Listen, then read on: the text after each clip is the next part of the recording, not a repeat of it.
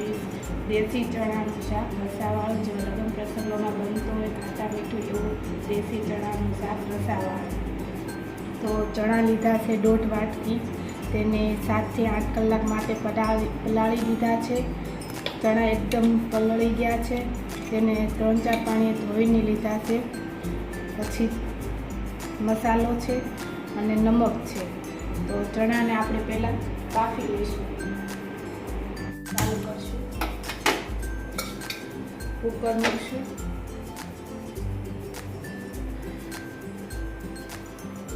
ચણાને ધોઈને લીધા છે તે કુકરમાં નાખી દઈશું પાણી સાથે.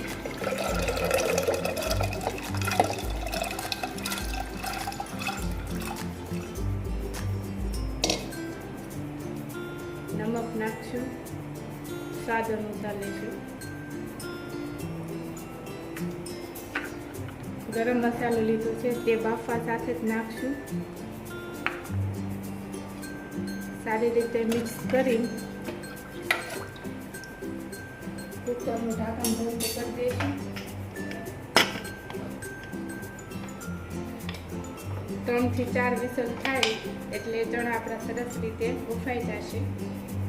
તો ચણા હવે આપણા બફાઈ ગયા છે, સરસ રીતે એકદમ પોચા થઈ ગયા છે. ચણા માટે સામગ્રી જોશે. 3 નંગ કાંદા લીધા છે, તેને આપણે સરસ રીતે સુધારી લીધા છે. 2 ટમેટાં લીધા છે, તેને આપણે પ્યુરી કરી લીધી છે. ધાણા લીધા છે, તમાલપત્ર છે, કઢી પત્તા છે, લસણની પેસ્ટ લીધી છે, નમક લીધું છે, હળદર લીધી છે, રાઈ લીધી છે, ધાણા પાવડર લીધો છે, લાલ મરચું લીધું. તો હવે આપણે ચણાનો વઘાર કરવા માટે ગેસ ચાલુ કરશું. એક કઢાઈ મૂકશું.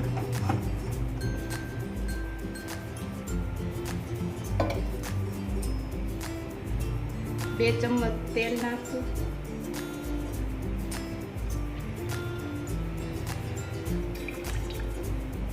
તેલ ગરમ થાય પછી તેમાં રાઈ નાખશું. તેમાં આપણે તમાલપત્ર નાખશું. ત્યારબાદ થોડીક રાઈ નાખશું.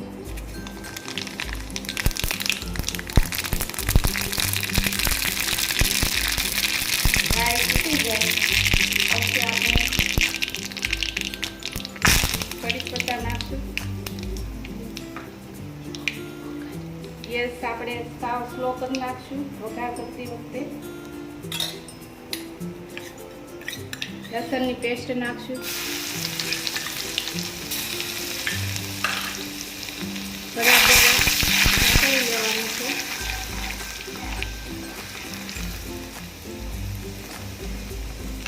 ત્યારબાદ તેમાં કાંદા નાખશું. કાંદાને આપણે સરસ રીતે બારીક સમારી લીધી છે. કાંદાને આપણે સરસ રીતે સાતળવાના છે, બ્રાઉન થાય ત્યાં સુધી. કાંદા એકદમ બ્રાઉન થાય એટલે એનો ટેસ્ટ સારો આવે.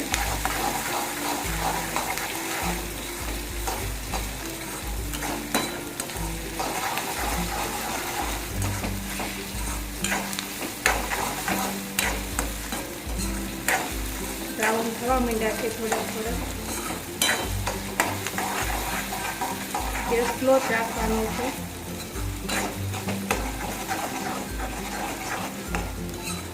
આપણા બ્રાઉન થઈ ગયા છે.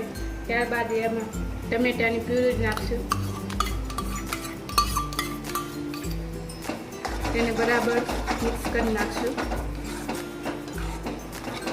આને પણ 4 થી 5 મિનિટ પકવવા દઈશું એટલે બધું બરાબર મિક્સ થઈ જાય.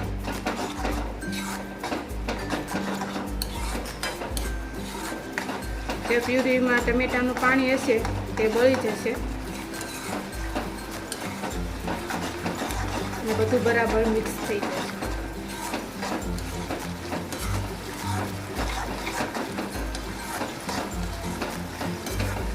તેલ છૂટું પડી ગયું છે અને કાંદા અને ટમેટાની પ્યુરી સરસ રીતે પાકી ગયું છે. ત્યારબાદ તેમાં આપણે એડ કરીશું જીરું. અડધી ચમચ જીરું નાખશું.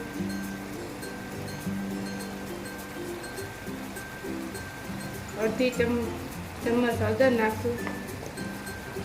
મસાલા આપણે એડ કરી દીધા છે. હવે સરસ રીતે બધું મિક્સ કરી નાખવાનું છે અને 5 મિનિટ આપણે આને પકવવા દઈશું અને હલાવતા રહીશું એટલે બધું મિક્સ થઈ જતું જશે બરાબર.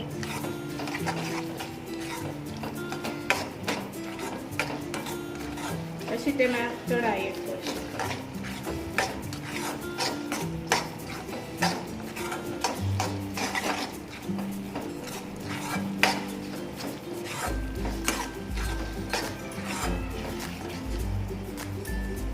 હવે ચણા એડ કરી દઈશું.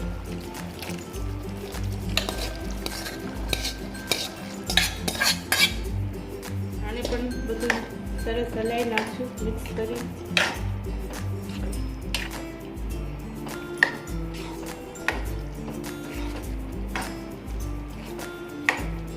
બહુ વધારે રસો નથી કરવાનો, થોડુંક ગ્રેવી વાળું રાખવાનું છે.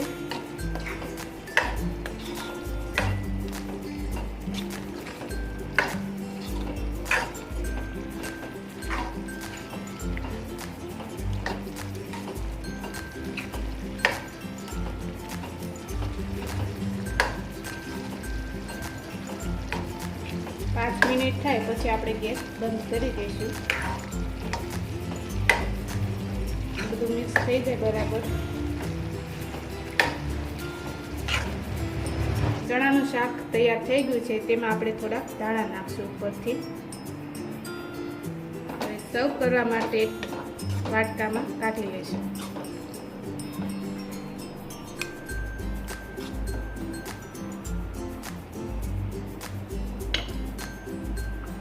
ઉપરથી દાણા નાખશું